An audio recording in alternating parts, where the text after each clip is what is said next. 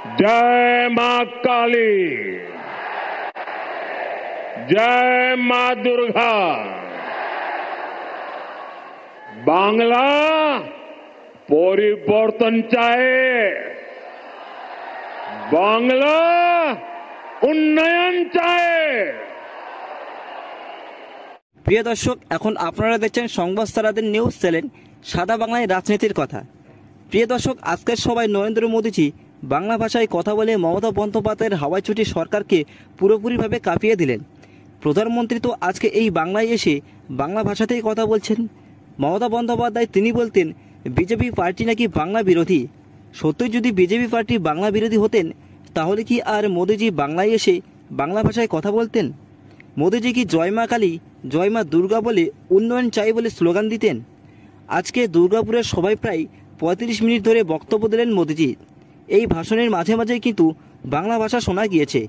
এই ভাষণের মধ্যে দিয়ে নরেন্দ্র মোদী দিদির মুখ ভোঁতা করে দিলেন। প্রধানমন্ত্রী বাংলা ভাষার সাথে তিনি অনুপ্রবেশকারীদেরকে নিয়ে সরাসরি মমতা বন্দ্যোপাধ্যায়ের উপর চ্যালেঞ্জ ছুড়ে মারছেন। মমতা বন্দ্যোপাধ্যায়ের বাঙালির আবেগের যে সুসুরি, সেই সুসুরি কিন্তু মেরে দিলেন এইবার। কেননা 2026-এর বিধানসভা নির্বাচনে মমতা বন্দ্যোপাধ্যায়ের উন্নয়নের ঝুলি কিন্তু একেবারেই খালি হয়ে গিয়েছে। রাস্তাঘাটের যা অবস্থা, তার সাথে পুলিশ প্রশাসনের যা অবস্থা, তা নতুন করে কিন্তু বলার কিচ্ছু নেই। মানে এই জায়গায় দাঁড়িয়ে মমতা ব্যানার্জি এইবার জগন্নাথ মন্দির বানিয়ে সম্পূর্ণ 2026-এর নির্বাচনে ঝাঁপাতে চাইছিলেন, কিন্তু আজকের এই ভাষণের পর থেকে সেইটা আর হলো না বলেই মনে করছেন রাজনৈতিক বিশ্লেষকরা। দুর্গাপুর সভা থেকে মোদীজি এমন এমন কথা টার্গেট করে মমতা দিদি সরকারকে বলেছেন তাতে তৃণমূলের সমস্ত নেতাদের পেটের ভাত উল্টে যাবে। মোদীজি এই ভাষণের পরেই নির্ঘাত আগামী 21শে জুলাই মমতা দিদি ওনার সম্পূর্ণ মেজাজ হারাবেন। কেন মমতা দিদি সহ বাকি নেতা মন্ত্রীরা তাদের মেজাজ হারাবেন জানেন? কারণ নরেন্দ্র মোদীজি মমতা দিদির একদম আসল জায়গাতে এবার খোঁচা মেরে দিয়েছে। আসল ঘায়ে কিন্তু লবণ ছড়িয়ে দিয়েছে। আর সেই আসল জায়গাটা হচ্ছে রোহিঙ্গাদেরকে নিয়ে রাজনীতির খেলা।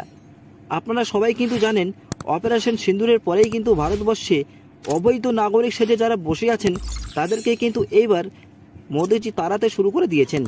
আর সেইটাকে কিন্তু মমতা দিদি একেবারে ভোটের জন্য টার্গেট করেছিলেন।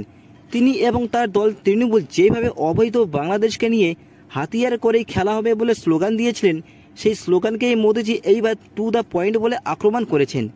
মোদীজি সংবিধানের নিয়ম মেনেই ছাঁটাই করবেন অনুপ্রবেশকারীদের। বাংলার বুকে দাঁড়িয়ে মুখ্যমন্ত্রী মমতা দিদিকে হুঁশিয়ার করে দিলেন মোদীজি। এখানে অনেকেই বলেছেন মমতা দিদিকে যেন রণকৌশল নিয়েছেন, এই রণকৌশলকেই আঘাত করেছেন। আর এই আঘাত একদম তৃণমূলের বুকে তীরের মতো লাগবে। এর আগে মোদীজি পশ্চিমবাংলায় বহুবার এসেছেন, ভাষণ দিয়েছেন, কিন্তু আজকের এই সবাই তিনি যে এতটা নিখুঁতভাবে আক্রমণ করবেন তৃণমূলকে, এটা কিন্তু ভাবা যায়নি। তিনি দুর্নীতির কথা বলেছেন, রাজ্যে আইন শৃঙ্খলার যে পরিস্থিতি সেসব নিয়ে কথা বলেছেন, কিন্তু এত গুছিয়ে দুর্বল জায়গায় আঘাত দিবেন এটা কিন্তু স্বপ্নেও ভাবতে পারেনি তৃণমূলের সমস্ত চটিচাটার নেতারা। আজকে মোদীজি বাংলায় এসে 5,000 কোটির প্রকল্পের কথা বলেছেন।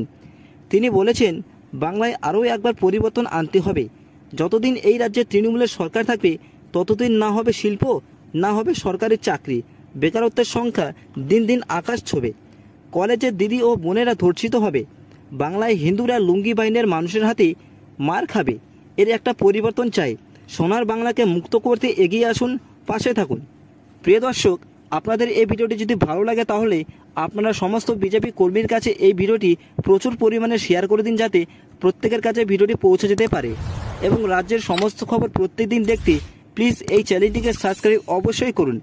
প্রিয় দর্শক, দেখা হচ্ছে আপনাদের সঙ্গে নতুন কোনো বিষয়ে, নতুন কোনো খবরে।